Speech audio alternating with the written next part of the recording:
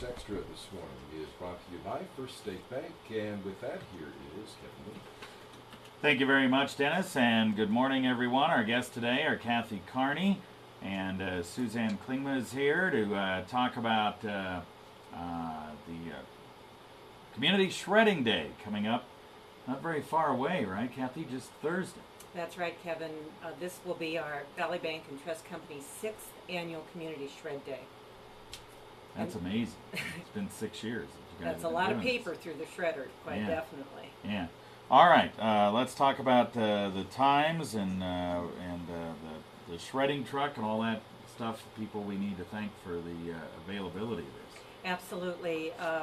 The last number of years, we've partnered with Monument Mall to be able to use their north parking lot, and then DocuShred, which is owned by Doug Coop and John Schlotthauer, very kindly take some hours out of their day to help us with this. And so the whole event will take place Thursday, which is June 9th, from 10 in the morning till 2 in the afternoon. And people can bring personal shredding, up to 2 bags or boxes. And for everybody out there that's going through their papers, we don't care how big the boxes or the bags are, as long as it's not business shredding, just personal. That's great. So the type of things that maybe you're looking at here for folks to look at and shred and so forth, what are those things? Well, for a while we heard so much about identity theft that I think recently people are becoming a little bit more complacent because we have been fortunate to not have any huge issues. But the kinds of things that you should shred would be canceled checks, even old tax forms, credit card offers, the kind that say you're pre-approved, because you don't want somebody to get a hold of one of those and open a line of credit in your name. So anything that has your name, address, birth date, anything like that, you want to shred. Yeah, and for a lot of people, canceled checks. There's a lot of people that have canceled checks back 20, 25 years. Kevin, every year we have at least one person show up who will say, I have checks here from 40 years ago. That's a long time, and that's a lot of checks. Maybe the Smithsonian should probably meet this person. But we're happy to help shred them and get that kind of document out of the public. Yeah. Okay. And how far back do you know? How far back should people keep their checks, keep certain papers before they decide they should be shredding? Well, the issue, of course, is if you're ever audited or anything by the IRS. I think, and I'm saying this off the top of my head, I think you go back 5 to 7 years. But in this day and age where banks all back up electronically, you really don't even probably need to keep most checks, because if anything happens and you need to prove that you've paid something, your bank can provide you with an image front and back of your check. So you really don't need any more of those shoe boxes full of stuff. Yeah. You really don't. You can just get rid of them. That's right. You can just keep your shoes under the bed, not the boxes full of old checks. The checks. No. All right. So once again, this will be at the north parking lot on Thursday, 10 a.m. to 2. And the two bags or boxes. No businesses, right? That's correct. And the reason is, after 6 years, we're very pleased that the community has accepted this and embraced this whole idea. 2 years ago, we filled that truck up by, I think it was like 12:30. And so in order to make sure that individuals can take advantage of this service, that's why we don't accept any business things. So we're encouraging everybody, come as soon as you can, because once that truck is full, the shred day has to be over. Okay. And the other sponsors in addition to DocuShred are? The action team of the local AARP. They help us kind of with traffic control. The city of Scottsbluff donates the use of their traffic cones so that we can kind of funnel people through there.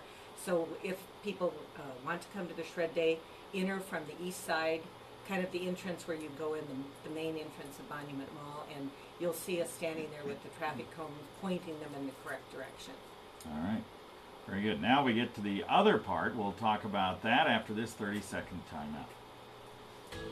All right.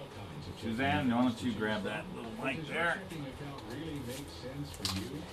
If you've been checking somewhere else, you owe it to yourself FSO. We have every checking service you could ask for, and a down-to-earth, back-to-basics, common-sense approach to finances. It just makes sense to check with us. First State Bank, member FDIC.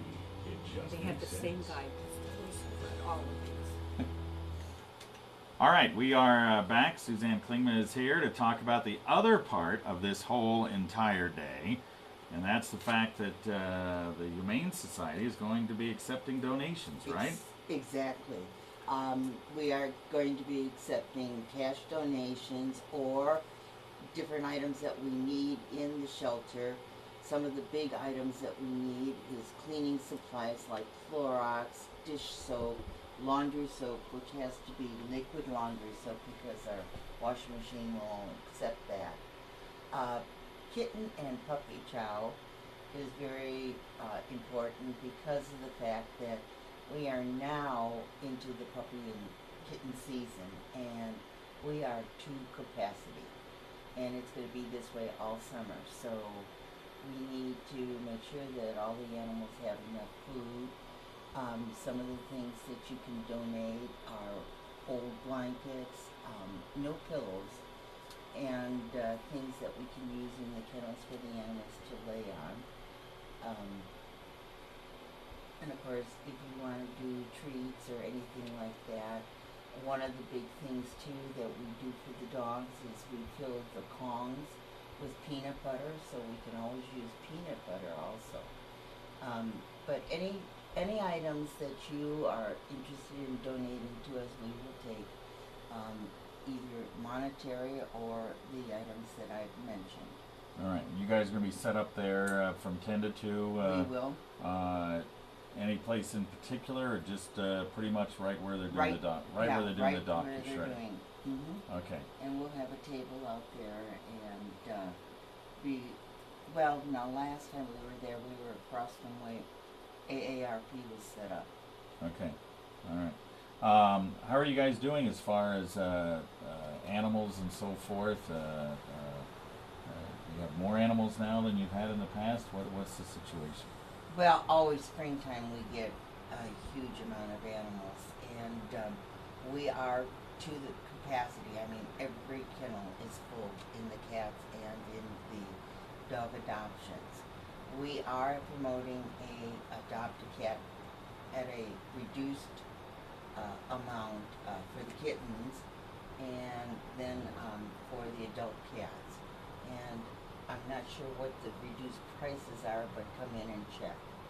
We have also gone to our summer hours where we will be open until 6 at night instead of 5, and on Wednesdays until 7. So people can come in and look at the animals up until 6 o'clock. All right. Very good. You guys worried at all about the river and your location? We keep an eye on it, but the building itself is much higher. I mean, the streets have to flood pretty bad before it would get close to us. Okay. Well, that's good then. Yes. Yeah. Okay. So, yeah, hopefully people will give you some help here. We desperately need it because of the economy, and right now, unfortunately, we can only take in the strays. We can't take in owner relinquished animals because we are that full. Wow. Okay. So if you're thinking about a pet, now's the time to come over. Exactly. All right. What's the number over there if they need more information? 635-0922. All right. Very good.